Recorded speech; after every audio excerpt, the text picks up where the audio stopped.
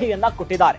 ಹಾಗಾಗಿ ಮಾದಿಗ ಸಮುದಾಯಕ್ಕೆ ಮಾಜಿ ಸಚಿವ ಎಚ್ ಆಂಜನೇಯ ಅವರು ಮನವಿಯನ್ನ ಮಾಡಿಕೊಂಡಿದ್ದಾರೆ. ಅಂದ್ರೆ ಒಳ ಮೀಸಲಾತಿಗಾಗಿ ಮಾದಿಗರಲ್ಲಿನೇ ಈಗ ಮನವಿ ಮಾಡ್ಕೊಂತಿದ್ದಾರೆ. ಏನು ಸಮೀಕ್ಷೆ ವೇಳೆ ಕಾಲಂ 61 ಮಾದಿಗ ಅಂತ ಭರಿಸುವಂತೆ ಮನವಿ ಮಾಡ್ತಿದ್ದಾರೆ. ಆದಿ ಕರ್ನಾಟಕ, ಆದಿ ದ್ರಾವಿಡ, ಆದಿ ಆಂಧ್ರ ಅಂತ ನೀವು ಹೀಗೆಲ್ಲ ಭರಿಸಬೇಡಿ, ಬೆಂಗಳೂರು ಮೈಸೂರು ಭಾಗದಲ್ಲಿರೋರು ಹಾಗೂ ಭರಿಸಬೇಡಿ ಅನ್ನೋದಾಗಿ ಮನವಿ ಮಾಡಿಕೊಳ್ತಿದ್ದಾರೆ. ಮಾದಿಗ ಸಮುದಾಯದವರೆಲ್ಲರೂ ಕೂಡ 61 ಮಾದಿಗ ಅನ್ನೋದಾಗಿ ಭರಿಸಿ ಅನ್ನೋ ನಿಟ್ಟಿನಲ್ಲಿ ಸಮುದಾಯದವರಲ್ಲಿ ಈಗ ಮನವಿ ಮಾಡಿಕೊಂಡಿದ್ದಾರೆ. ಹಾಗಾಗಿ ಬೆಂಗಳೂರು ಮೈಸೂರು ಈ ಭಾಗದಲ್ಲಿರೋರೆಲ್ಲರೂ ಕೂಡ ಹೀಗೆ ಬರೀರಿ ಅನ್ನೋದಾಗಿ ಹೇಳಿದ್ದಾರೆ. ಮಾದಿಗ ಸಮುದಾಯದಲ್ಲಿ ವಿನಂತಿ, ತಾವು ಒಳ ಮೀಸಲಾತಿಗಾಗಿ 30 ವರ್ಷಗಳಿಂದ ಹೋರಾಟವನ್ನು ಮಾಡ್ಕೊಂಡು ಬಂದಿದ್ದೀರಿ.